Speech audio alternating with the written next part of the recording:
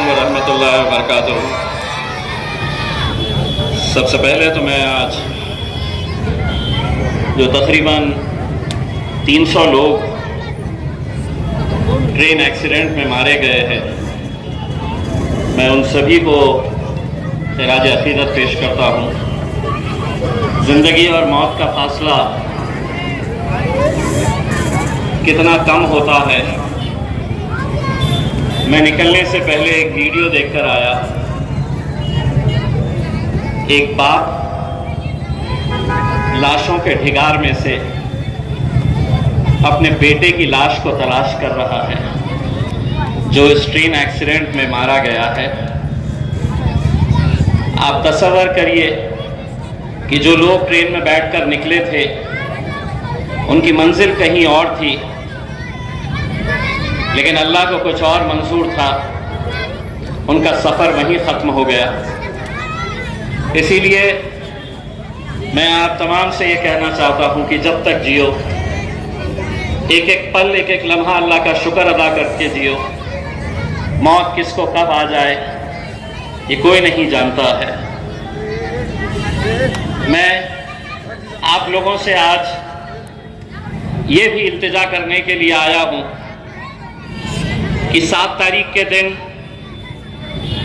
Bombay high court में हमारे शहर के नाम के ताल्लुक से फैसला लिया जाने वाला है। ये लड़ाई में आप लोग हमारे साथ कांधे से कांधा लगाकर खड़े हुए। हमने सरकार से पैरवी की, सरकार से नुमाइंदगी की। हमने लगातार 21 दिन सड़क के ऊपर, हमने दिन और रात आंदोलन किया। मकसद यही था कि जिस शहर के नाम से हमारी शिनाख्त, हमारी पहचान है, वो पहचान बनी रहे। अदालत में इस ताल्लुक से 3 अलग अलग लोग ये केस को लेकर गए हैं। आप लोगों से इल्तिजा है, जो काम दुनिया में हमसे नहीं हो सकता है, वो दुआओं से अल्लाह कर देता है। इसीलिए 7 तारीख तक आप लोग शिद्दत से दुआएं करें कि हम अपनी शिनाख्त, अपनी पहचान हम ऐसे ही बरकरार रखें। मैं आज के इस मौके के ऊपर खुसूसन नौजवानों से कुछ बोलने के लिए आया हूं, और ये बोलने के लिए आया हूं कि पिछले कुछ दिनों में अलग अलग शहरों में, अलग अलग गांवों में कुछ ऐसे वाक़यात हुए हैं जिससे सरकार की मंशा क्या है, सरकार के इरादे क्या है, उनका मकसद क्या है, ये साफ हो रहा है।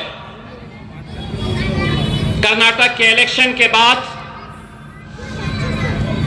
सत्ता में अगर आना है, जीतना है, तो हम काम कुछ दिखा नहीं सकते। तो सबसे आसान काम यह है कि कई शहरों के अंदर दंगे भड़काओ, दंगे कराने का काम करो, हिंदू, मुसलमान, दलितों के बीच में फूट पैदा करने का काम करो और अपनी सियासी रोटियां सेक ले। इस मकसद से किसी भी हद तक ये सरकार जा सकती है, मैं आपको आगाह करने के लिए आया हूं। ऐसे हालात में ये हमारी हम सब की जिम्मेदारी है, खुसूसन नौजवानों की, कि हम इन हालात से कैसे निपटे। कन्नड़ में कुछ दिन पहले दंगा हुआ। मामला क्या था? तो किसी ने फेसबुक के ऊपर हमारे मजहब के ताल्लुक से एक पोस्ट डाल दी। नतीजा यह हुआ कि तकरीबन 40 लड़के अपने घरों से बाहर घूमते रहे, पुलिस उनका पीछा करती रही। उनके घर वाले किस परेशान हाल में वो दिन गुजार रहे थे, आप इसका अंदाजा नहीं लगा सकते। 3 दिन पहले कन्नड़ के शेलगांव में मस्जिद के सामने डीजे बजाने को लेकर वहां पर दंगा हुआ। उस गांव के बुजुर्ग, नौजवान, हमारी माएं और बहनें आज वो गांव छोड़कर बाहर भागते फिर रही है। 2 दिन पहले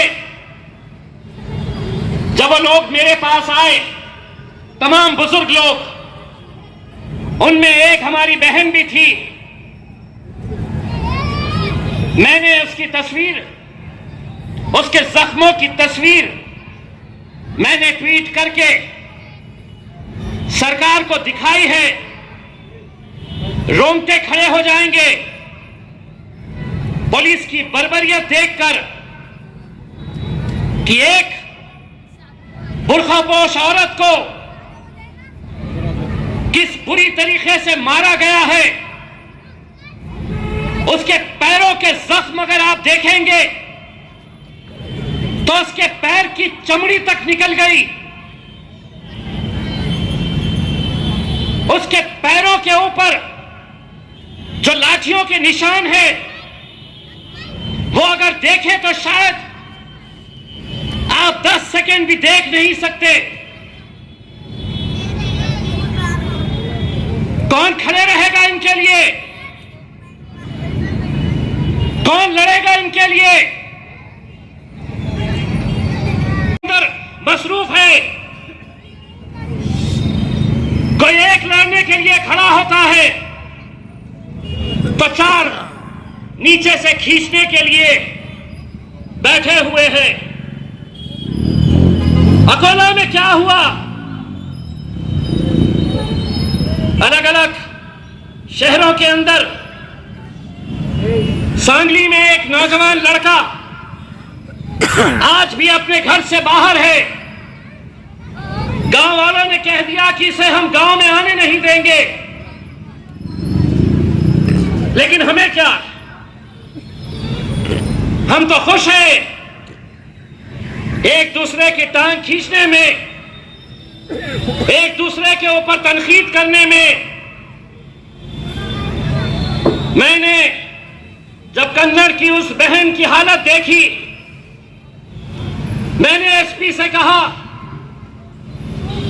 कि ये जो पीआई है पिशोर पुलिस स्टेशन की, कोमल शिंदे, मारने वाले 4 मर्द पुलिस वाले थे जिन्होंने उस हमारी बहन के ऊपर किस बर्बरियत के साथ लाठियां चलाई। कोई जरूरी नहीं है कि ये मुद्दा कोई एक सियासी पार्टी लड़ेगी। ये मेरी, आप सबकी लड़ाई है। मैं 2 दिन का टाइम औरंगाबाद पुलिस को देता हूं। अगर उन पुलिस वालों के ऊपर कार्रवाई नहीं हुई तो जिस तरह मुंबई की तरफ मैंने काफिला लेकर गया था, उतना ही बड़ा काफिला मैं कन्नड़ को लेकर जाऊंगा और पुलिस से सवाल करूंगा।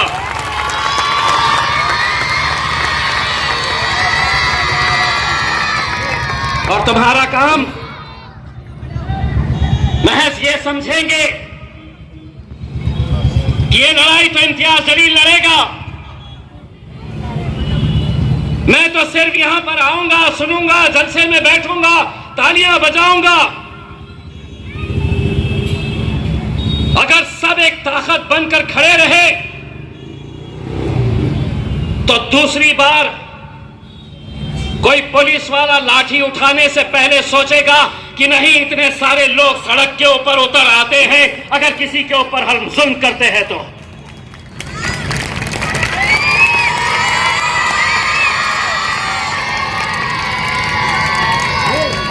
मुझे मालूम है कि लाड़पुरे के उस दंगे के बाद बहुत सारे बातें मेरे सामने आई। मैं एक बात कहना चाहता हूं, चाहता तो इम्तियाज जलील भी उस रात अपने घर में बैठा रहता। लोग कहते हैं कि मैंने एक मंदिर को बचाने के लिए रास्ते पर उतरा था, दूसरे दिन रामनवमी का त्योहार। झूठ कहते हैं। अगर कोई ये कहता है कि मैं किसी एक मंदिर को बचाने के लिए मैदान में उतरा था, कई सारे लोग जो उस रात के गवाह नहीं है, उन्हें सूरज निकलने से पहले क्या हालात थे शायद इस बात का अंदाजा भी नहीं है। दूसरे दिन सोचिए, अगर यह खबर किसी टीवी चैनल के ऊपर चलती कि रामनवमी के दिन राम की मंदिर के ऊपर हमला किया गया, कितने मस्जिदों को इस मुल्क में निशाना बनाया जाता। कभी सोचा है पूरे मुल्क में अगर दंगे भड़कते तो उसके कसूरवार हम होते, बेकसूर लोगों की जानें जाती। मुझे कहते नहीं, आपने ये नहीं बोलना चाहिए था, आपने ये नहीं बोलना चाहिए था कि कुछ लड़के उसमें नशा किए हुए थे, बटन प्लेयर। इम्तियाज जलील जो सच है वो सच को सच बोलेगा। मैंने भी अगर झूठ बोलकर अगर ऐसे नशेखोरों की तारीफ करूं तो हम कहां जाएंगे। मैं शुक्र करता हूं उन तमाम लोगों का, जब गिरफ्तारियां हुई किसी ने उन बच्चों के घरों के ऊपर अनाज का इंतजाम किया। कुछ होता तो क्या हम रमजान मना सकते हैं? कुछ होता तो छोटे मोटे कारोबारी जो साल भर इंतजार करते हैं रमजान के महीने का, साल भर उनकी रोजी रोटी उस रमजान के कारोबार पे होती, क्या हम वो कारोबार कर पाते? मैं शुक्र अदा करता हूं उन तमाम लोगों का जिन्होंने अदालत में मदद की लोगों की। सियासी इख्तिलाफ किसी के कैसे भी हो, लेकिन ये काम किसी एक शख्स का नहीं है। हर एक को आगे बढ़कर ऐसे मौकों के ऊपर लोगों की मदद हम कैसे कर सकते हैं, इसके बारे में सोचने की जरूरत है। इसीलिए मुझे कतई बुरा नहीं लगता है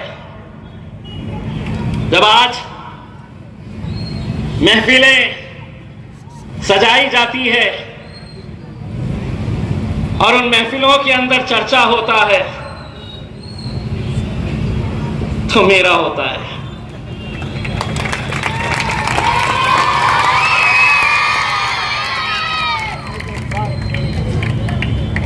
मुझसे इतनी मोहब्बत है तो आओ, मैं तुमसे गले मिलने के लिए तैयार हूं।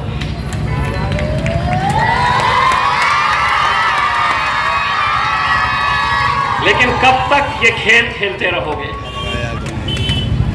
मुझे मालूम है 2014 से पहले इम्तियाज जलील इस शहर में नहीं था। आप सभी लोग थे जो आज अपनी महफिलें सजाकर इम्तियाज जलील कितना जपते हो मेरा नाम। सुबह उठते हैं तो इम्तियाज, रात सोते हैं तो इम्तियाज, यहां जाने के लिए रास्ता नहीं है तो इम्तियाज, पेट में दर्द हो रहा है तो इम्तियाज की वजह से हो रहा है, एक्सीडेंट हो गया है, एम्बुलेंस नहीं आई है तो इम्तियाज। कितना, क्यों मुझसे इतनी मोहब्बत करते हो? 2014 से पहले तो मैं नहीं था ना, तुम्हारे पास ही इस शहर की क़यादत तुम्हारे हाथ में थी। क्या वजह है कि तुमने अपने आमदार तैयार नहीं किए? क्या वजह है कि 38 साल लग गए एक नस्ल को यह देखने के लिए कि हमारा भी कोई मेंबर ऑफ पार्लियामेंट हो सकता है? याद है 2019 कैसे होटलों में बैठते थे, कैसे समझाने की कोशिश की जाती थी। 2014 में इसको कौन पहचानता है? ये पूना से आया हुआ है, इसको कौन पहचानता है? लेकिन अल्हम्दुलिल्लाह आपने वो मुकाम पे मुझे पहुंचाया। 2019 आया, फिर हिसाब किताब निकालना शुरू कर दिए, फिर होटलों में बैठ के इनके इतने, मराठा समाज इतना, दलित समाज इतना, हिंदू इतने, मुस्लिम इतने, फिर आके बोलते कितना भी कर लो नहीं आते। बोले थे ना, मैं आपके दिल की बात अच्छी तरह समझ रहा हूं। आप भी उस वक्त यही बोलते थे, हाँ यार 2014 में चुन के आ गया, बोल रहा एमपी भी बनेगा।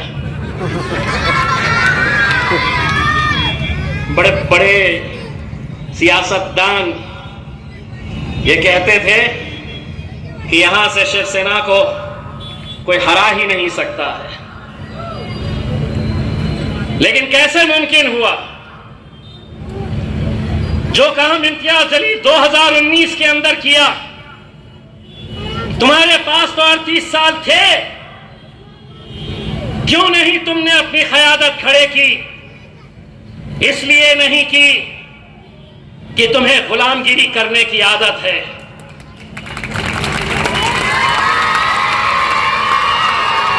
तुम्हें औरों के तलवे चाटने की आदत हो गई है।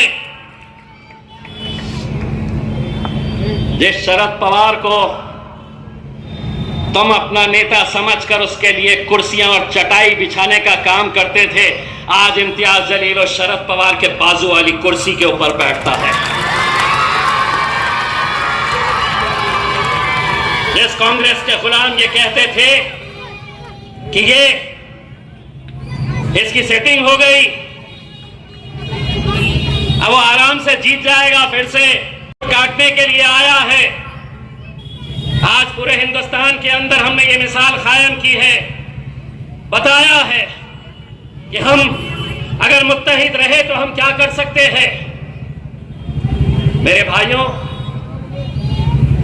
एक बात समझ लीजिए, आज जिस दौर से हम गुजर रहे हैं, मैं अभी एक प्रोग्राम में से आया हूं, निर्भय बनो नाम का एक यहां पर कार्यक्रम था।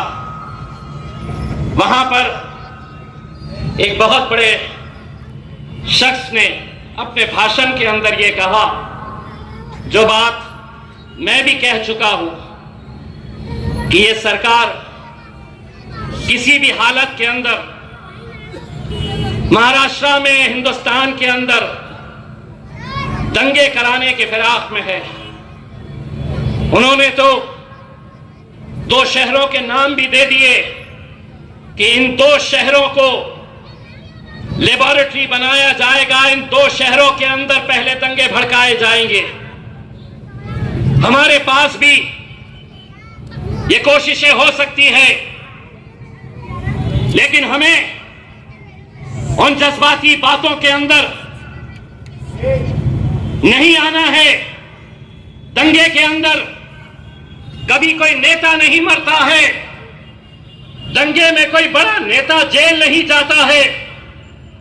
जेल जाते हैं तो वो नौजवान लड़के जो जज्बात में अपना होश खो देते हैं। लेकिन कभी नौजवानों ये सोचो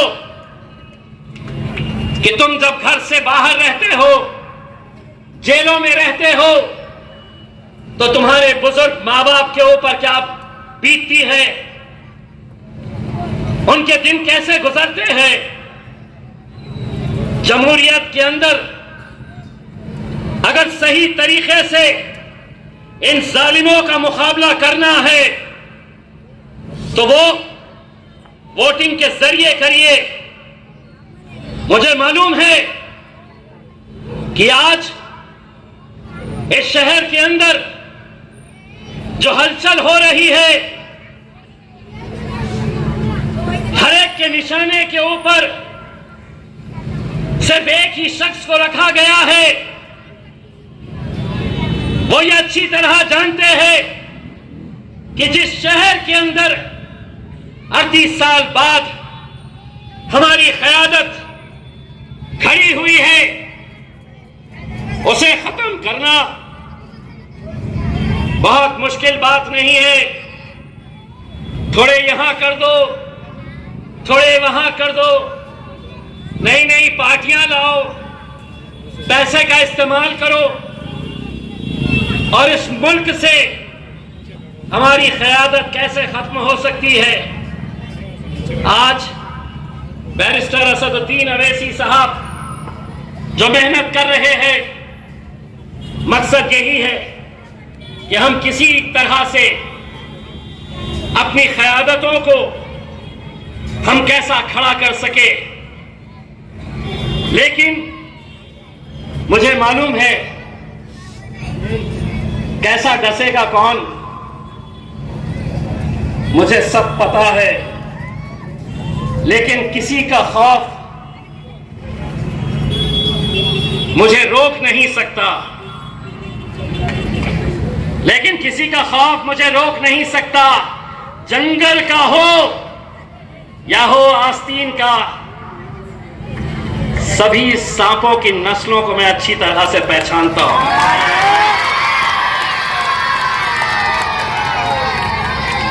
मैं वो तमाम लोग जो आज अलग अलग तरह से मुखालिफत करिए, आपको पूरा इख्तियार है, आप मुखालिफत करिए। मैं ये नहीं कह रहा हूं कि आप सियासत के अंदर मुखालिफत नहीं करनी है, लेकिन कहीं ऐसा ना हो आज कौन सी ऐसी सियासी पार्टी का किस नेता के ताल्लुक से ऐसे घटिया लेवल की बदजुबानी की जाती है। कहीं पर नहीं, कहीं पर नहीं, किसी पार्टी में किसी नेता की नहीं। लेकिन आज 1 2 3 YouTube वालों को जमा कर लो और बस बयान दे दो इम्तियाज जलील के ताल्लुक से, और ये समझ लो कि मैंने बोला बहुत बड़ा हो गया हूं मैं। इम्तियाज जलील 2 तरह के हैं। एक वो इम्तियाज जलील जो खानदानी है, जो पढ़ा लिखा है, जो तुम्हारी हर बात के ऊपर सर झुकाकर जवाब नहीं देगा, लेकिन अगर तुम समझोगे कि मैं कुछ भी बोलूंगा, तो दूसरा इम्तियाज खासदार इम्तियाज जलील है।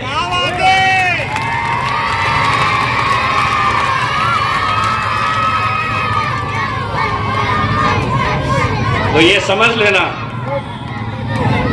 कि एक शरीफ है और एक जरा ज्यादा शरीफ है। तो उन तमाम लोगों को शाहरुख भाई ने बोला था ना, हम जरा से शरीफ क्या हुए सारी दुनिया बदमाश है।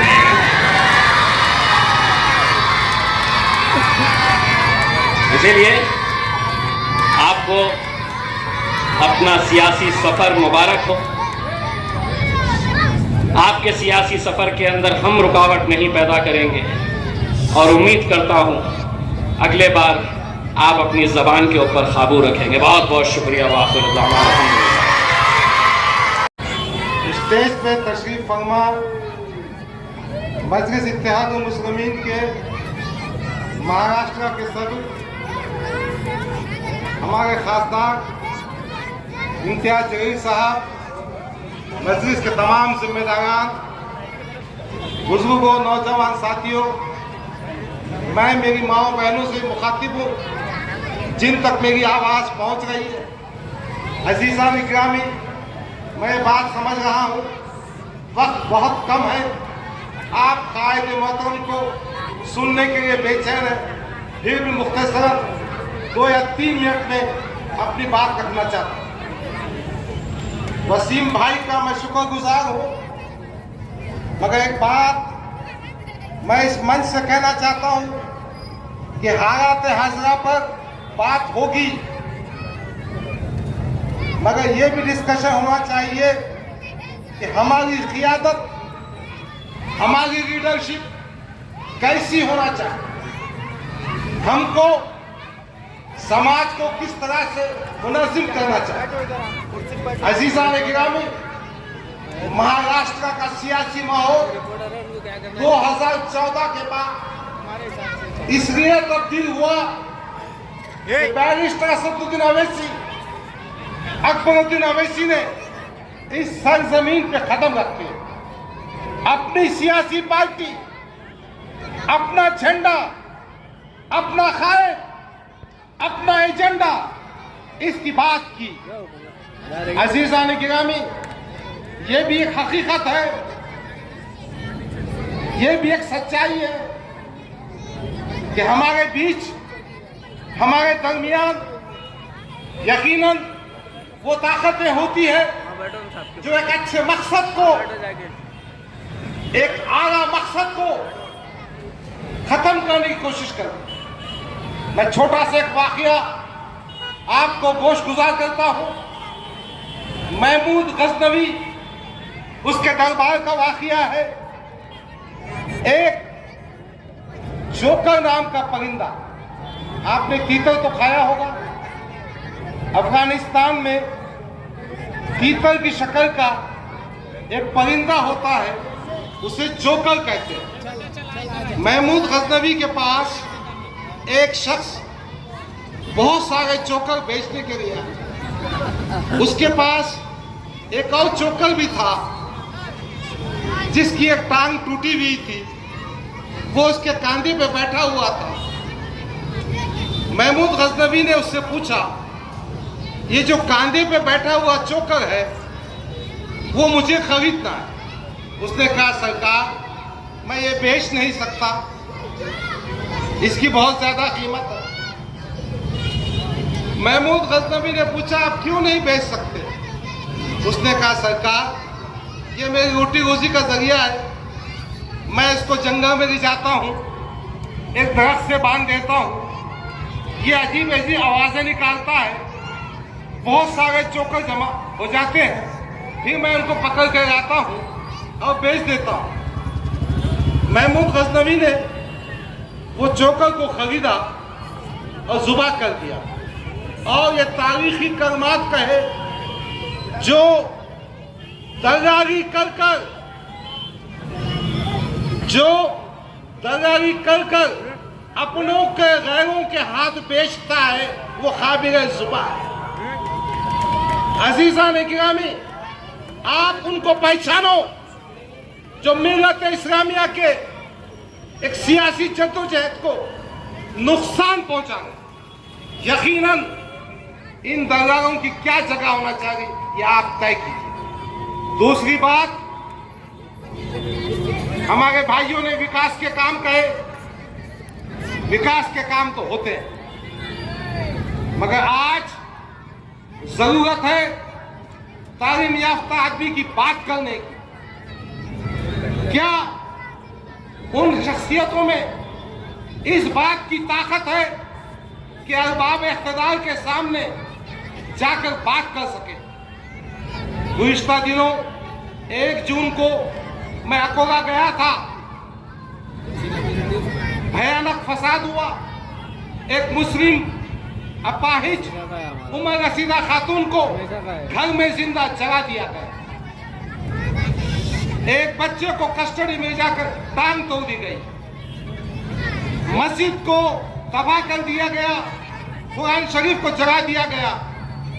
मैंने अकोला के हमारे साथियों से पूछा, भाई आपके शहर में तो एक्स मिनिस्टर है, आपके शहर में तो डॉक्टर जीशान भी है, तालीम याफ्ता लोग हैं, मगर किसी सियासी पार्टी में होंगे, मगर इस मसले पर क्या वो हुकूमत से बात नहीं कर सकते? उन्होंने कहा उनकी पार्टी उनको बात करने की इजाजत नहीं देती। ये आपका ही भाई था, ये मजलिस की ताकत थी कि हम बात कर सके।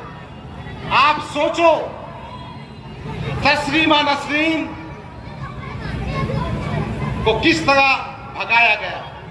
आप सोचो ये कौन से नेता की हिम्मत है कि सिटी चौक पुलिस स्टेशन के सामने धरना देकर बेगुनाहों की गिरफ्तारी की कोशिश करे? कौन नेता है जो एमएससीबी में जाकर रोड शेडिंग का एहतजाज करता है? बहरहाल मैं आपसे 2 ही बातें करना चाहता हूं। एक, अपने इत्तेहाद को कायम रखो, हमारी तरफ मत देखो। इंशाअल्लाह हमारी क़ियादत में, हमारी सलाहियतों में हम निखार पैदा करेंगे, मगर इस बात का वादा है कि हमारा कायद बैरिस्टर असदुद्दीन ओवैसी, जिसको मानकर, जिसको सुनकर, जिस पे एतमाद कर आपने खासदार चुन के दिया, एमएलए चुन के दिया, मुझे 80,000 वोटों से नवाजा, हमारे नासिर भाई को नवाजा 25 कारपोरेट, यकीनन आपके वफादार थे, हैं और रहेंगे। मैं जानता हूं आप बेचैन हैं इम्तियाज जलील को सुनने के लिए, इसलिए आपसे माफी रुख्सत होता हूं। सलीम सारा साहब कल कह रहे थे मैं एक प्रोग्राम करने वाला हूं, यकीनन हमारे सलीम सारा साहब चंद दिनों के बाद कटकट गेट पर इससे बड़ा स्टेज बनाएंगे, एक जय्यत प्रोग्राम करेंगे और इंशाअल्लाह मैं भी खुलकर, दिल खोलकर आपसे बात करूंगा। शुक्रिया, खुदा हाफिज़, अस्सलाम वालेकुम। मैं सबसे पहले तो शुक्रगुजार हूँ वसीम साहब का कि आज उन्होंने कटकट गेट के अंदर इतनी अच्छी एक महफिल, इतना अच्छा एक जलसा यहाँ पर ऑर्गेनाइज किया। वसीम भाई जमात की खिदमत पूरे दिल से करते हैं, मैं उनको मुबारकबाद देता हूँ, शुक्रगुजार हूँ कि वो मेरे साथी हैं। एक वाक़या आपके सामने रखते हुए जिस अपनी बात को ख़त्म कर दूँगा। पिछले काफ़ी दिनों से तमाम शहरियात ये देख रहे हैं कि टूटे हुए ढोल भी बज रहे, खाली बर्तन जैसा घर के अंदर बजते वैसा खाली बर्तन भी बज रहे। 25 साल का इनका सियासी करियर, कौम के लिए क्या करे तो बाबा जी का ठुल्लू, क्या करे कौम के उससे 25 साल के अंदर तो कुछ भी नहीं करे सिवाय बातों के। मैं मेरी क़यादत की एक मिसाल आपके सामने रखता हूँ। 2015-2016 के अंदर महाराष्ट्र की हुकूमत ने यह फैसला किया था कि औरंगाबाद के अंदर सामंतर को लाया जाएगा, औरंगाबाद की पानी पट्टी को जो है तो प्राइवेटाइज किया जाएगा। पूरी एड़ी चोटी का जोर जो है तो उस दौर की बीजेपी और शिवसेना की हुकूमत ने लगा दिया था कि औरंगाबाद को पानी की पट्टी को प्राइवेटाइज किया जाएगा। सामंतर नाम की कंपनी को जो है तो वो पानी पट्टी का देने का इरादा था। ये सामंतर किसकी कंपनी थी? ये सामंतर बीजेपी के एक मेंबर ऑफ पार्लियामेंट की कंपनी हुआ करती थी।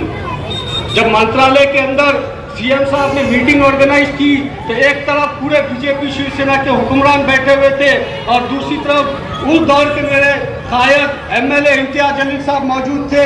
सीएम साहब ने इम्तियाज जलील साहब से कहा कि इम्तियाज भाई, अगर आप इस स्कीम का विरोध करोगे तो आने वाले 20 सालों तक आपके शहर को पानी नहीं मिलेगा। मेरे कायद ने जवाब उस दौर में सीएम को यह दिया था कि वो सामंतर जो कंपनी है वो पानी औरंगाबाद के अंदर कहां से लाने वाली है? उसी पैठन से लेकर आने वाली है, जहां से मैं आपको कह रहा हूं कि एक फ्रेश नई लाइन आप पैठन से लेकर औरंगाबाद तक डालिएगा। अगर उस दौर में हुकूमत ने इम्तियाज जलील साहब की बात को सुन लिया होता तो आज औरंगाबाद के हर घर के अंदर शायद जो है तो रोज पानी दिया जा सकता था। मगर 7 साल के बाद ही सही हुकूमत ने मेरे कायद की बात के ऊपर अमल किया और आज औरंगाबाद शहर के अंदर पैठन से लेकर औरंगाबाद तक एक पानी की पाइपलाइन डाली जा रही है और पानी की पाइपलाइन के साथों साथ औरंगाबाद के मुख्तलिफ इलाकों के अंदर पानी की टांकियों का भी काम चालू है। और इंशाल्लाह मैं समझता हूँ कि आने वाले कुछ वक्त के अंदर 2 साल के अंदर मैं समझता हूँ कि औरंगाबाद के हर घर को पानी मिलेगा। ये मेरी क़यादत का एक काम था। इसी के साथ साथ अगर आप पूरे शहर के अंदर घूमेंगे तो हर वार्ड के अंदर, हर महल्ले के अंदर इम्तियाज जलील साहब के काम का बोर्ड आपको नजर आएगा। ये मेरी क़यादत की निशानी है।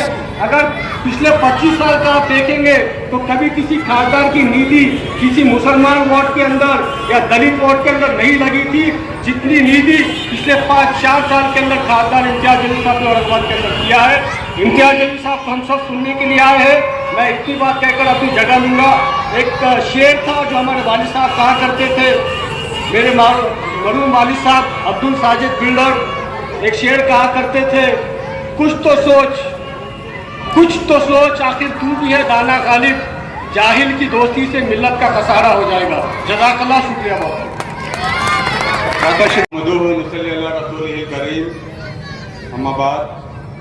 स्टेज पे मौजूद कायदे मोहतरम जनाब इम्तियाज जलील साहब, मजलिस इत्तेहादुल मुस्लिमीन के हमारे कारगुजार सदर जनाब डॉक्टर अब्दुल गफ्फार कादरी साहब, हमारे ज़िला सदर समीर साजिद साहब, मुंशी भैया पटेल, असरार साहब और तमाम जिम्मेदारान,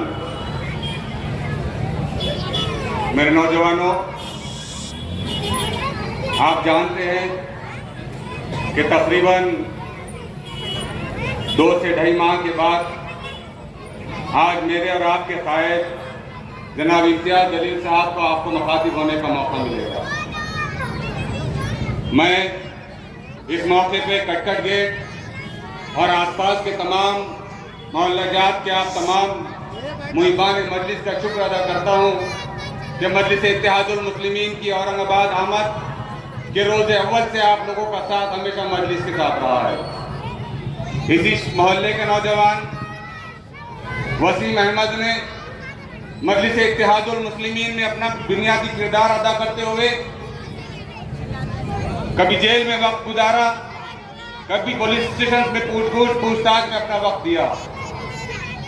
मेरे नौजवानों और बुजुर्गों, आपने बड़ी मेहनतों, मशक्कतों और दुआओं के बाद इस शहर औरंगाबाद में अपनी क़यादत को खड़ा किया है। साल 2014 से पहले मजलिस इत्तेहादुल मुस्लिमीन औरंगाबाद में नहीं थी और हम लोग दिगर सियासी पार्टियों के सियासी गुलाम बने हुए थे।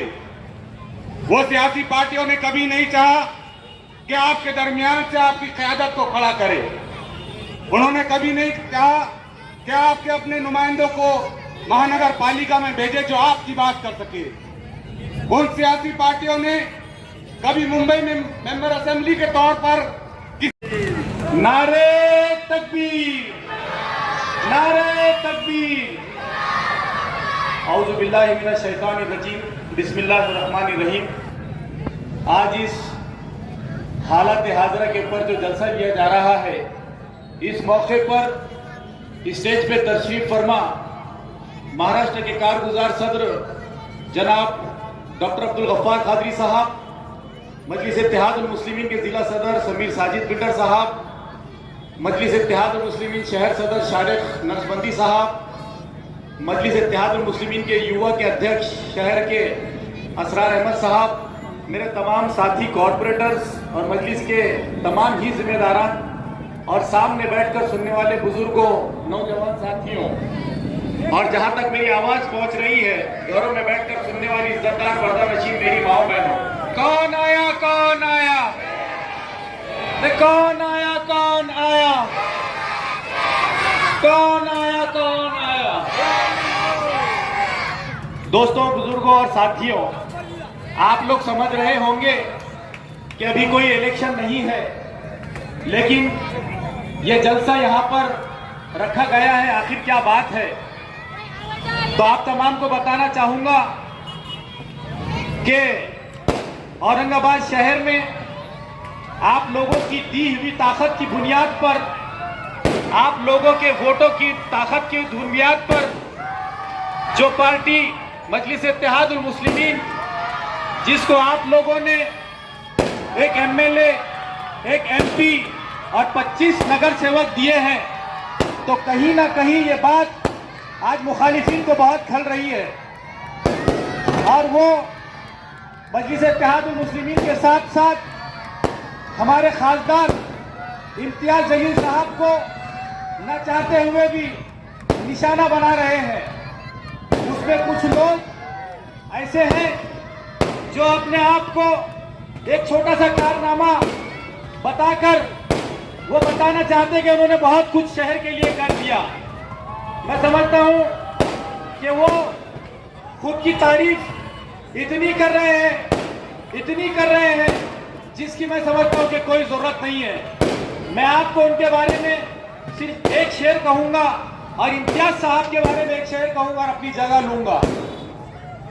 खुद की तारीफ कर देना यह फजूल है, खुशबू खुद बता देती है ये किस चमन का फूल है। दोस्तों, आपको समझना होगा कि ये एक टोला मजलिस को और आपके इत्तेहाद को खराब करने के लिए आपके शहर में घूम रहा है। लेकिन उन लोगों से भी मैं इस मंच से अपील करता हूं कि आपसे गुजारिश है कि मजलिस इत्तेहादुल मुस्लिमीन ने ये जो आज स्टेज सजाया है, और हम लोग जो कभी बाबूजी के पीछे और कभी किसी के पीछे घूमते थे, आज अल्हम्दुलिल्लाह ये नौजवान आप लोगों के काम आ रहे हैं और आप लोगों की क़ियादत कर रहे हैं। ये सिर्फ आपके इत्तेहाद की वजह से हो पाया है। दोस्तों, आए दिन इम्तियाज जलील साहब के ऊपर तोहमत लगाना या उनके कामों को ये कर देना इन लोगों की जो है तो आदत सी बन गई है। मैं समझता हूँ कि इम्तियाज साहब भी इतने होशियार है, वो समझते हैं अपना काम करते रहो, क्योंकि नफरतों के बाजार में उन्हें भी जीने का एक अलग ही मजा है। लोग बुलाना नहीं छोड़ते और इम्तियाज साहब मुस्कुराना नहीं छोड़ते। दोस्तों, आप लोगों से एक ही गुजारिश करूंगा कि आप अपने इत्तेहाद को कायम रखें, और ये लोग जो लोग ये माहौल को खराब करना चाह रहे हैं, इनसे भी अदबन गुजारिश है कि आप भी इत्तेहाद को कायम ना करें, खराब ना करें, आप इत्तेहाद का साथ दें। बहुत कम वक्त है, मैं अपनी जगह लूंगा क्योंकि इम्तियाज साहब को भी सुनना है। शुक्रिया, खुदा हाफिज़। स्टेट में बैठे कार्याध्यक्ष डॉक्टर गफ्फार कादरी साहब, शहर अध्यक्ष तारिक नक्शबंदी साहब, जिला अध्यक्ष समीर साजिद बिल्डर साहब और तमाम मेरे कारपोरेटर और मेरे साथीदार और सामने जो बैठे हैं। मेरे को तो कोई भाषण नहीं आता, पर फिर भी साहब बोले साहब ने तो मैं खड़े हो गया। कुछ दो चंद बात करना है। मजलिस इत्तेहादुल मुस्लिमीन ने क्या किया सब लोगों ने बताया। हमारे जो किराड़पुरे का जो दंगल हुआ था उसमें हमने क्या काम किए और अभी तक काम करे। बहुत सारे लोग बोलते हैं कि वो मजलिस कहाँ है। मजलिस से इत्तेहादुल मुस्लिमीन पहले दिन से और पहले टाइम से उस दंगल के इसमें ये थी। जो दंगल रोका गया तो खासकर इम्तियाज जलील साहब की वजह से रोका गया। जो बाद में जो बेगुनाह बच्चे जो कोर्ट में जो पुलिस ने जो जास्ती करके जो बेगुनाह बच्चों को जो अंदर लेके गए, उनको छुड़ाने का काम भी मजलिस ने किया। स्टार्ट से हम लोग वहाँ पे थे। इससे पहले जो 2017 में जो फिरोज खान साहब के वार्ड में हुआ, उस परेड में भी मजलिस से इत्तेहादुल मुस्लिमीन ने दंगल को कंट्रोल किया था। वहाँ के जो दुकाना जो जल गए थे वो हमारे फायद बैरिस्टर असदुद्दीन अवैसी साहब ने वहाँ पे वो दुकानों को बना के दिया। उस टाइम पे कहा था ये लोग 2017 के अंदर जब दंगल हुई थी तो उस टाइम पे कहा था ये सब कि ये किराड़पुरे के अंदर रात में 12 बजे से 3 बजे तक जो दंगल चढ़ रही थी, वो बात उस पर बात नहीं करेंगे, उस पर कोई बोलेंगे नहीं। और आज हमारे कुछ लोग हमारे ऊपर छीना छबी कर रहे हैं, कुछ सवाल उठा रहे हैं। आप भी जनता भी समझ रही है पूरे औरंगाबाद की और किराड़पुरे की आवाम कि कौन मजलिस से इत्तेहादुल मुस्लिमीन का कौन आदमी था और कौन साथी था। पूरी मजलिस साथ में थी।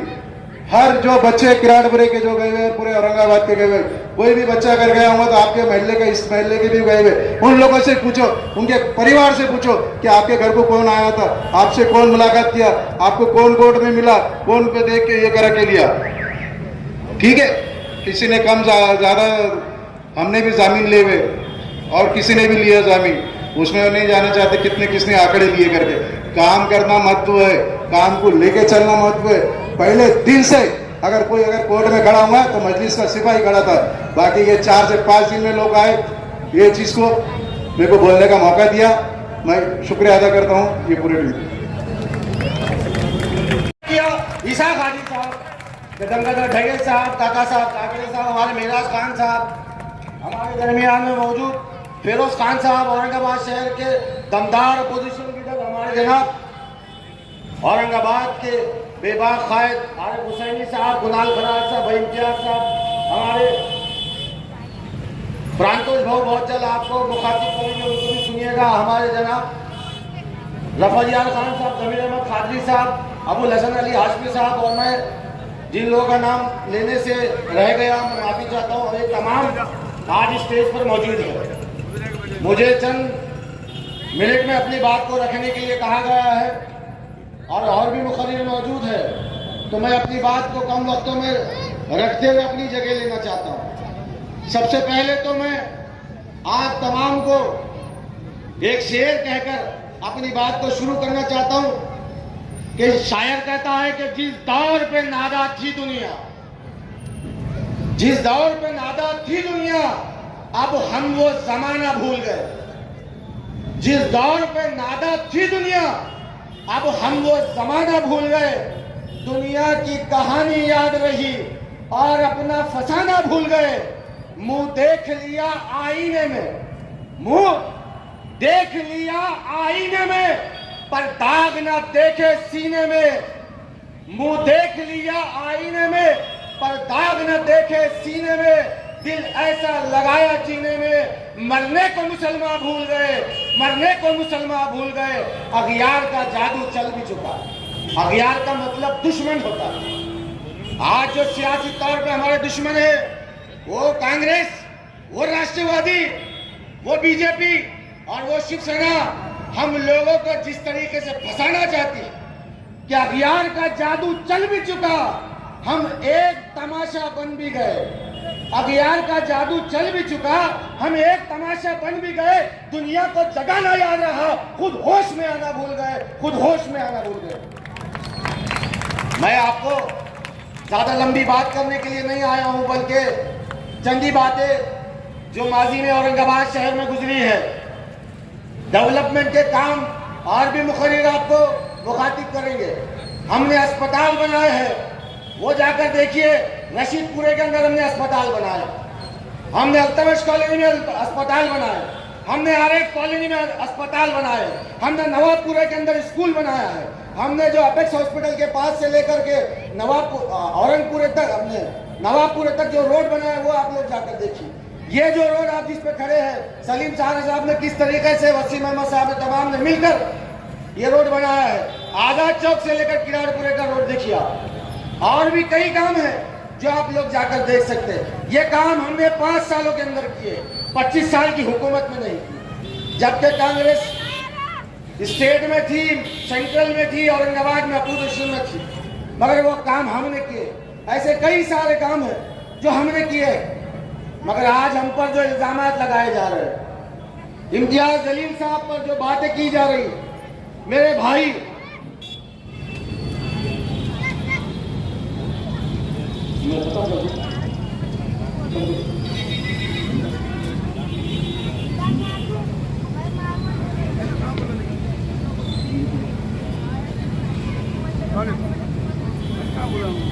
क्यों रुक गया? चलते बस इतनी ही बात मैं कहना चाहता हूँ कि जब से इम्तियाज जलील साहब ने सत्ता में आए, महाराष्ट्र के अंदर एमएलए बने, मैं अली जनाब गफ्फार कादरी साहब का इस प्रोग्राम में इस्तेमाल करता हूँ और जोरदार तालियों के साथ इस्तेमाल की दावत है।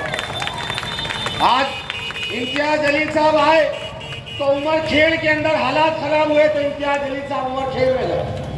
मलकापुर के अंदर हालात खराब हुए तो मलकापुर में इम्तियाज जलील साहब जाते हैं, 77 बच्चों की बेल करवाते हैं। आजाद चौक के ऊपर जब हालात को खराब किया गया गौरक्षक के नाम पर, तब गफ्फार कादरी साहब और समीर साजिद बिल्डर साहब ने खड़े होकर हालात को काबू में लिया। जब हरसूल के अंदर जब हालात को खराब किया गया तो यही लोग नासिर सिद्दीकी साहब वहां पर जाकर खड़े हुए। घाटी के अंदर जब वो बुल्डाना के मौलाना बुलाकर यहाँ पर शरीक किया गया, जब हालात खराब होने वाले थे, तब हम लोगों ने आकर हालात को संजीदा करने का, जो हो रहा था उसको अमन कायम करने की कोशिश की। नूपुर शर्मा के जलसे के अंदर जब हालात खराब हो रहे थे, तब इम्तियाज जलील साहब और मजलिस इत्तेहादुल मुस्लिमीन ने खड़े होकर शहर के अमन को बचाने की कोशिश की। आज किराड़पुरे की बात की जाती है। मैं बड़ी जिम्मेदारी के साथ कहना चाहता हूँ और बड़ी जिम्मेदारी के साथ कहना चाहता हूँ कि किराड़पुरे के मामले के अंदर 29 तारीख को जो मामला हो, 29 तारीख के मामले के अंदर इम्तियाज जलील साहब अगर ना होते, अगर अल्लाह न करे कोई हादसा पेश आता, तो तुमको क्या लगता है औरंगाबाद के हालात खराब होते? तुमको क्या लगता है महाराष्ट्र के हालात खराब होते? बल्कि हिंदुस्तान के अंदर कई गांव खेड़ों के अंदर मस्जिदों की बेहुरमती की जाती, मुसलमानों का इस्तेसाल किया जाता, कई सारी तबाही होती। आप लोग नहीं जानते, जो जानते हैं उनसे जाकर पूछिए। मैं आपको कहना चाहता हूँ 29 तारीख का मामला हुआ, 30 तारीख को रामनवमी थी। इसाक हाजी साहब हमारे दरमियान में मौजूद है। इसाक हाजी साहब शारिक नक्शबंदी साहब ने वो रथ को निकालकर आजाद चौक तक लेकर गया। किस लिए लेकर गए? शहर की अमन और शांति के लिए गए, आपके अमन और शांति के लिए लेकर गए। और उसके बाद 4 तारीख को हनुमान जयंती, 7 तारीख को जैन समाज की जयंती, 14 तारीख को 14 अप्रैल और 15 तारीख से लेकर 21 तारीख तक शाहगंज और सिटी चौक के अंदर हमारे और आपके जो दुकानों का कपड़ों का कारोबार होता है, क्या वो होता? इम्तियाज जलील साहब अगर मार्केट में होते, रोड पर होते तो क्या कारोबार होता? उसके बाद 22 तारीख को ही मैं अपनी बात को समेटते हुए, अपनी बात को खत्म करते हुए, सिर्फ किराड़पुरे के बाद जो शरपसंद हालात को खराब करना चाहते थे, उसके बाद वो किराड़पुरे के बाद रुके नहीं। उसके बाद अवर में उन्होंने हालात को खराब किया, उसके बाद कन्नड़ में उन्होंने हालात को खराब किया, उसके बाद अहमदनगर में हालात को खराब किया, उसके बाद अकोला में हालात को खराब किया। किसने किया? यही लोगों ने किया। और यही लोग हमको सोशल मीडिया पर एक पोस्ट डालकर उचकाने की कोशिश करते और हम उचक जाते हैं। मेरे भाई, बस अपनी जगह लेना चाहता हूँ और आपने मुझे बोलने का मौका दिया, मैं आपका शुक्रिया अदा करता हूँ। शुक्रिया।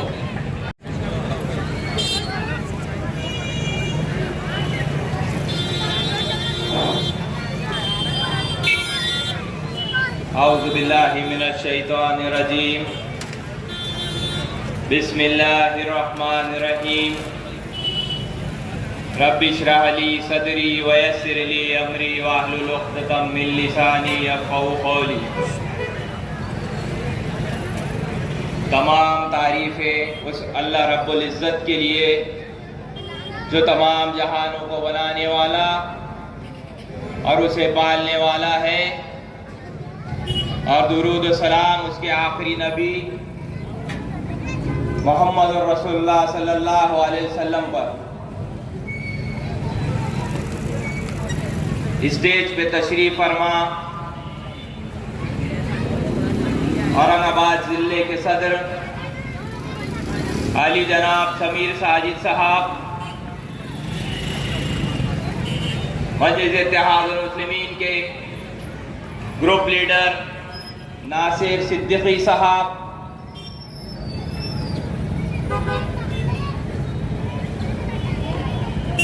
आरिफ हुसैनी साहब, फेरोज खान साहब, ईसा खाजी साहब, गंगाधर धगे साहब, बाबा बिल्डर साहब, स्टूडेंट विंग के महाराष्ट्र अध्यक्ष डॉक्टर कुणाल खराज साहब, अब्दुल मोहिमीन साहब, मेराज खान साहब और इस जलसे को ऑर्गेनाइज करने वाली शख्सियत वसीम अहमद साहब, जो मजलिस इत्तेहादुल मुस्लिमीन के फाउंडर भी जाने जाते हैं। मैं कुछ बात करने से पहले आपको ये बताता हुआ चलूं कि मजलिस इत्तेहादुल मुस्लिमीन का कारवा, मजलिस इत्तेहादुल मुस्लिमीन का सफ़र शुरू होता है 2014 से। यही वो सोहेल पार्क था, यही वो कटकट गेट था और यही वो कटकट गेट की आवाम थी जब बैरिस्टर असदुद्दीन अवैसी साहब इसी सोहेल पार्क में आए थे और महज सिर्फ 21 लोग वो जलसे में थे।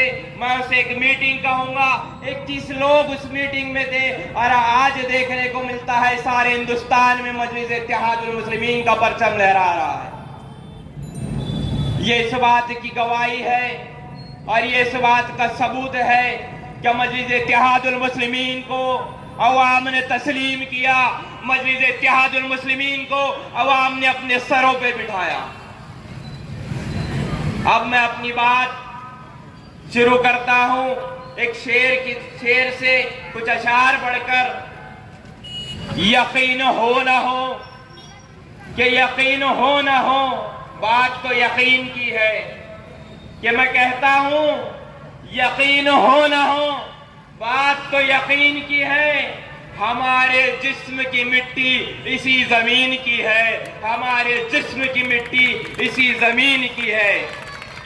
आगे मैं कहता हूं मेरे शहर के सभी लोग, मेरे शहर के सभी लोग, मेरे शहर के सभी लोग आपस में हैं भाई भाई।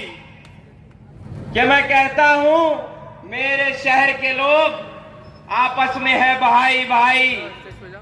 ये दूरियों की ये दूरियों की सियासत, ये दूरियों की सियासत किसी कमीन की है, किसी कमीन की है, किसी कमीन की है।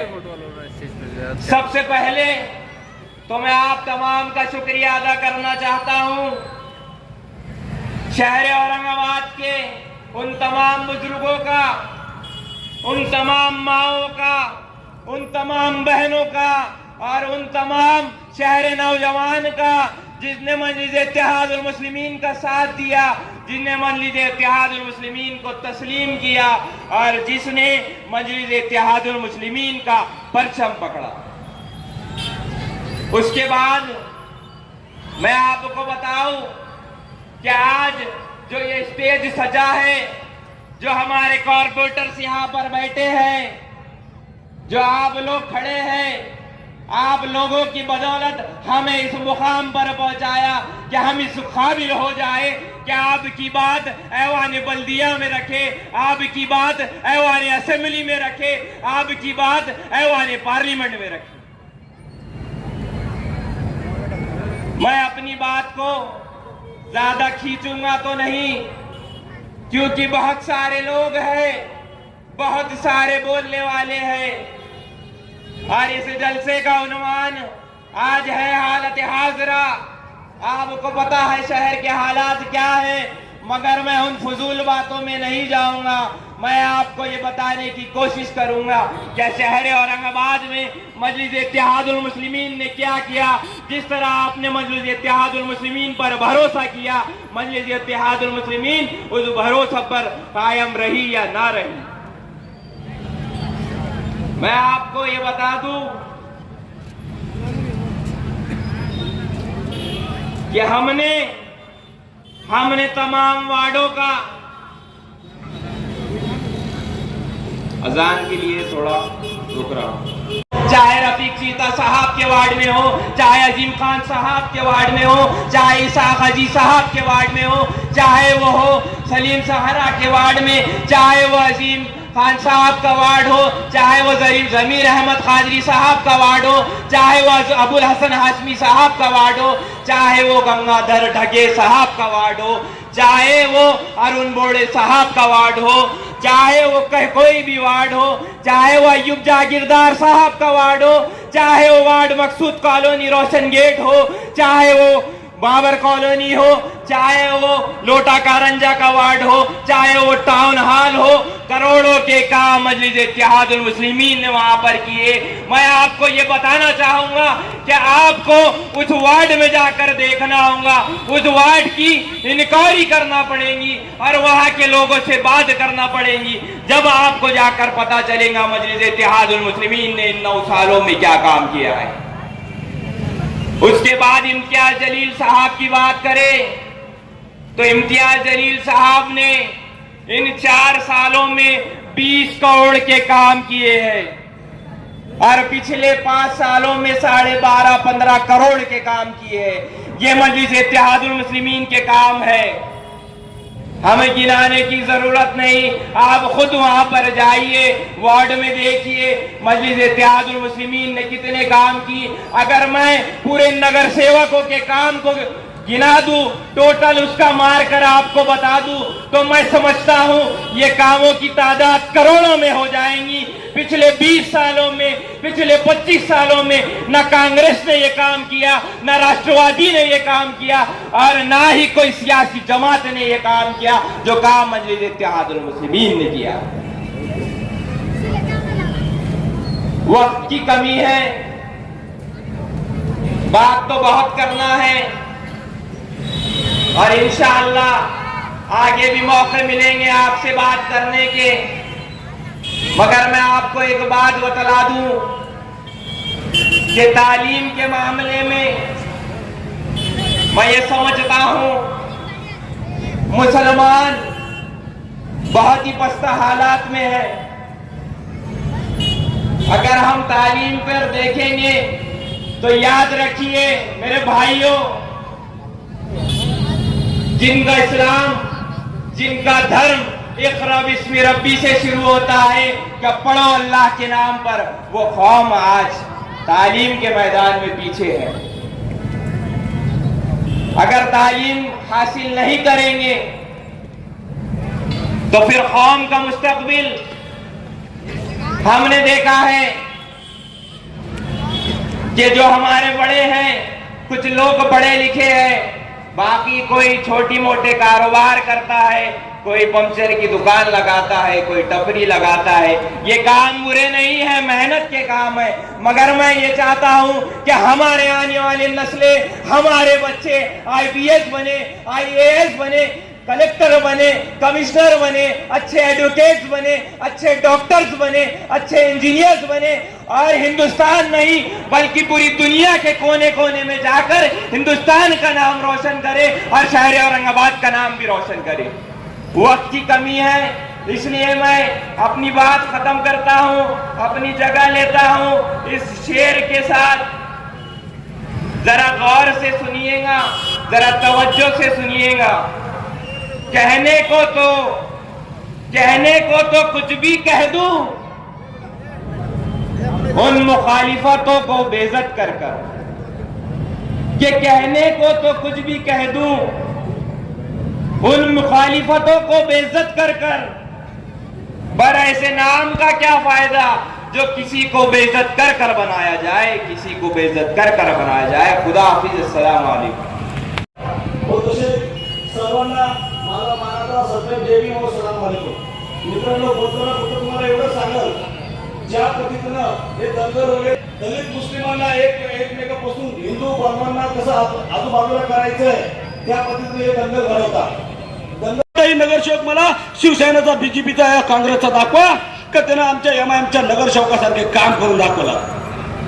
मित्रांनो, जी धमक जी MIM मध्ये आहे ती MIM मधल्या सारख्या कोणत्याच पक्षामध्ये धमक नाही. टाइम आला तर आम्ही सगळं दाखवून देतो. जोपर्यंत आमचा टाइम येत नाही तोपर्यंत आम्ही शांत बसतो. कामाची एक धमक करण्याची एक चाहूल असती, काम करून घेण्याची एक वट असती, काम करून घेण्याची अधिकाऱ्याकडून एक दम पाहिजे आणि तो दम म्हणजे MIM पक्षामध्ये आहे.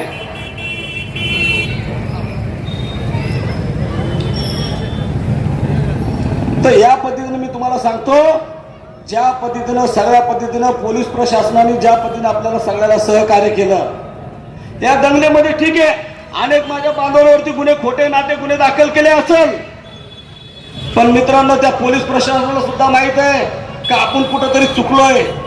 माझ्या बांधवांना बळजबरी आतमध्ये टाकलं. असंच खैरांजली प्रकरण झालं. त्या टायमाला आमच्या दलित बांधवांना घरामधले लॉक तोडू आम्हाला घरातून बाहेर काढून नेलं. त्यावेळेस सुद्धा आमच्यावर असेच गुन्हे दाखल झाले. आमच्या आया बहिणीला सुद्धा मारण्यात आलं घरामध्ये घुसून पोलीस प्रशासनानं. पण मित्रांनो, काय करणार आहे, जोपर्यंत बाबासाहेबांनी सांगितलेलं आहे सत्तेशिवाय शान पण नाही, जोपर्यंत तुम्ही आपल्या औरंगाबाद शहरामध्ये नाही तर पूर्ण महाराष्ट्रामध्ये ऑल इंडिया मधली इत्तेहादुल मुस्लिमांची ताकद जोपर्यंत पोहोचणार नाही, केंद्र आपल्या हातात येणार नाही, महाराष्ट्र शासन आपल्या हातात येणार नाही, कॉर्पोरेशन आपल्या हातात येणार नाही, तोपर्यंत आपण काही करू शकत नाही. त्यासाठी आपल्याला एकजुमाने काम करावं लागेल. आज जुमाने काम करून आपण एका ठिकाणी एकजुटीने एक मतदान करू आणि येणाऱ्या काळामध्ये सुद्धा आपण खासदार इम्तियाज अली साहेबांसारख्या माणसाला पुन्हा एकदा चान्स देऊ. कारण ज्या वेळेस औरंगाबाद शहराचा विकास होईल, मित्रांनो, नुसतं काम करणं नसतं आणि बड्या बड्या बाता करणं चालत नसतं. ज्या टायमाला मेंबर ऑफ द पार्लमेंट ज्या टायमाला औरंगाबाद शहराचं आजपर्यंत नाव माहीत नव्हतं ज्यांना, आज औरंगाबाद शहराचं नाव प्रत्येक कानाकोपऱ्यात, भारताच्या कानाकोपऱ्यात पोहोचलेलं आहे. मित्रांनो, हेच खासदार साहेबांचं काम आहे.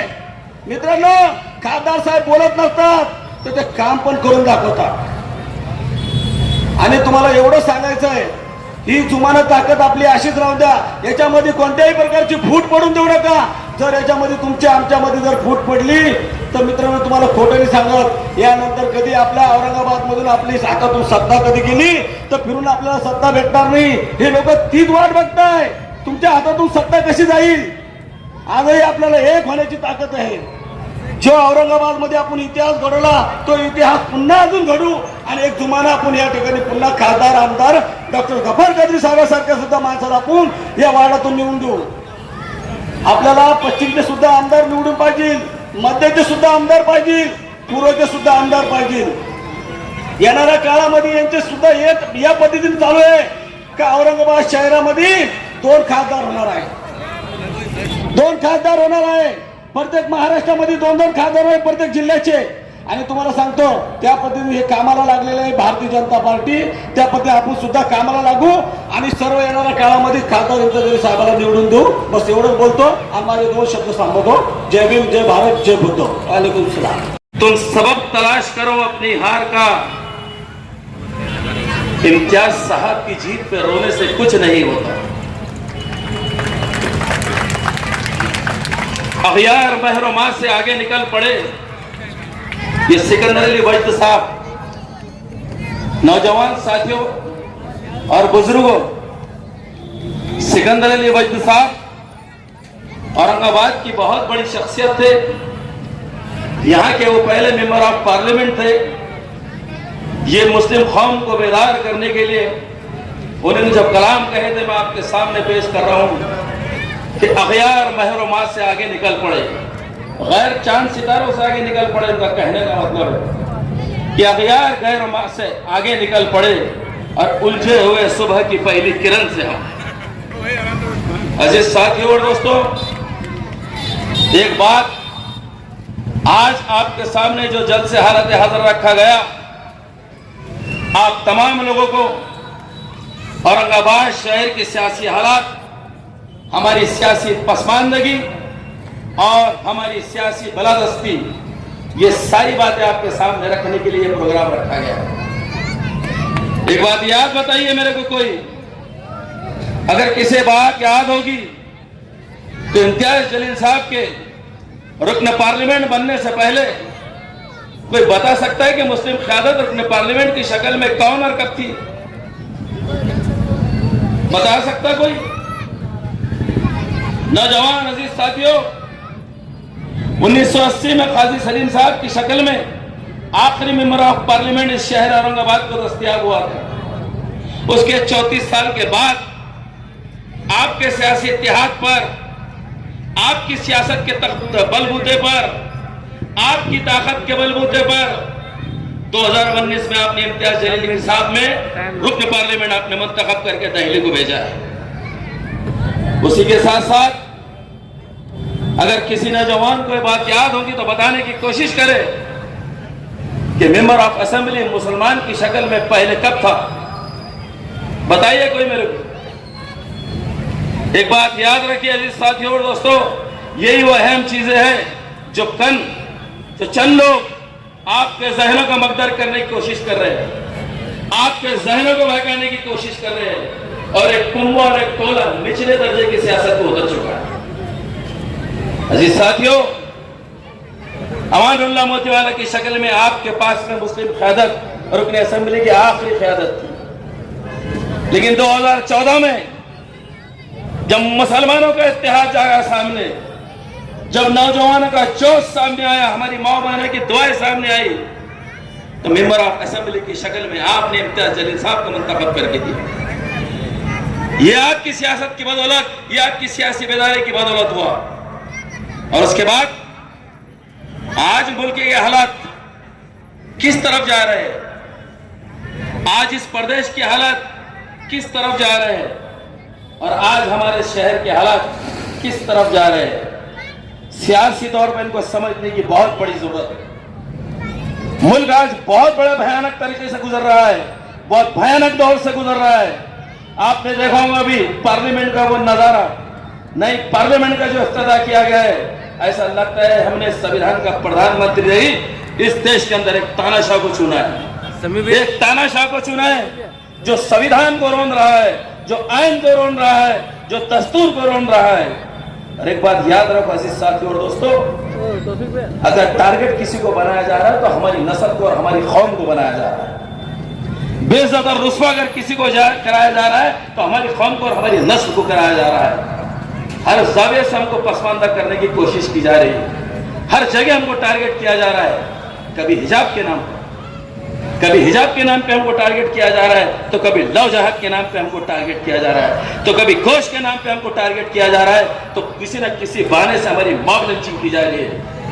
मैं पूछता हूँ औरंगाबाद में मुखालिफत के वो टोलों से कि तुम्हारी गैरत कहाँ मर गई थी जब इस तरीके के फाशिस्ट ख्यालात हमारे सामने आते हैं, जब कोई निदर्शन आंदोलन करने को तुम सड़क पे नहीं उतरते, लेकिन इम्तियाज जलील अगर कोई काम करने को आया तो उस पर रिकॉर्ड पैदा करने के लिए तुम आते। शर्म आनी चाहिए ऐसे लोगों को, शर्म आनी चाहिए ऐसे लोगों को।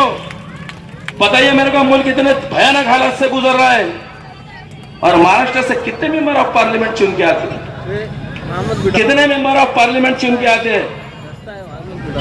48 मेंबर ऑफ पार्लियामेंट चुन के आते हैं, और उन 48 मेंबर ऑफ पार्लियामेंट में महाराष्ट्र से आपके सियासी इत्तेहाद ने, आपके इत्तेहाद ने, हमारी माँ बहनों की दुआओं ने और हमारे मजबूत सियासी मजबत ने इम्तियाज जलील की शक्ल में सिर्फ एक ही खासदार महाराष्ट्र से मुस्लिम शक्ल में भेजा है, जो ऐवान में अपनी बात को उठाता है, पार्लियामेंट में अपनी बात को उठाता है, नरेंद्र मोदी के सामने अपनी बात को उठाता है, अमित शाह के सामने अपनी बात को उठाता है।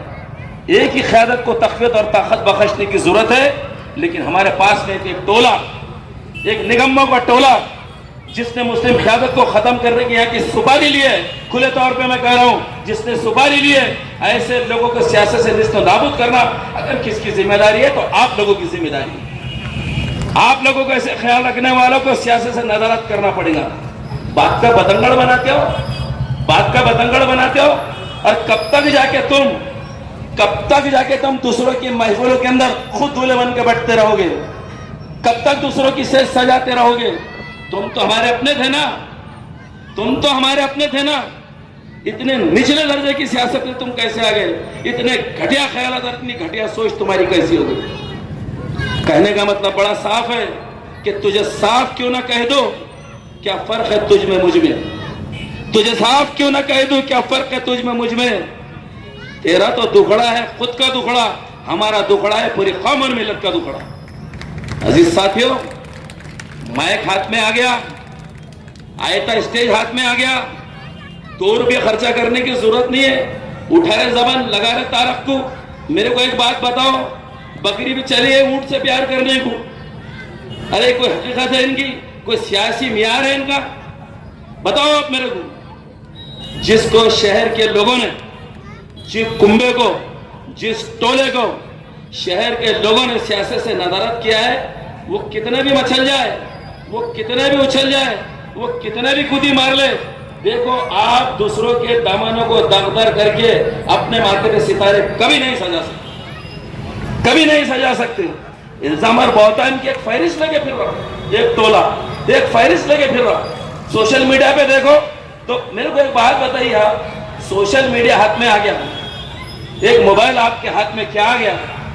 कुछ भी बेतुकी बात है, कुछ भी झूठी बात है, कुछ भी लफाशी की बात है। सिर्फ एक क़यादत को तनकीद कर रहे हैं, एक जमात को तनकीद कर रहे हैं, एक शख्सियत को दागदार करने की कोशिश कर रहे हैं। एक बात याद रखो, ये जो टोला और ये जो लोग हैं, ये कभी कौम और मिलत के अंदर हो ही नहीं सकते। एक बात तो बताओ मेरे को आप कि कोई मसला और मसाइल अगर मुसलमानों का एहसास रहा हो और कभी वो मैदान अमल में आए हो, जैसा कि किराड़पुरे का वाकया हमारे सामने है। किराड़पुरे के वाकये के ऊपर जब हालात वहां पे बिगड़े, हमारा फिरोज खान कारपोरेटर ने इम्तियाज जलील साहब को हालात को साजगार बनाने के लिए, अमन अमान को बरकरार रखने के लिए वहां पर लेके आए। ईमानदारी से अपने दिल पे हाथ रख के कहो, आप बिल्कुल ईमानदारी से अपने दिल पे हाथ रख के कहो कि उस रात को अगर अमन अमान बरकरार रखने के लिए इम्तियाज जलील साहब अगर वहां पर नहीं आते तो बताओ मेरे को क्या सूरत हाल होती थी, क्या सूरत हाल होती थी। और जब मैदान अमल में रात के 3 बजे तक बागियों का सामना किया, तशद्दुद से लबरेज नौजवानों का सामना किया, तब तो सब अपने घर में मीठी नींद सो रहे थे। ये जो आज छातियां पीट रहे जाके किसी के स्टेज पे, पूछो आप उनसे, कहा थे आप उस रात को?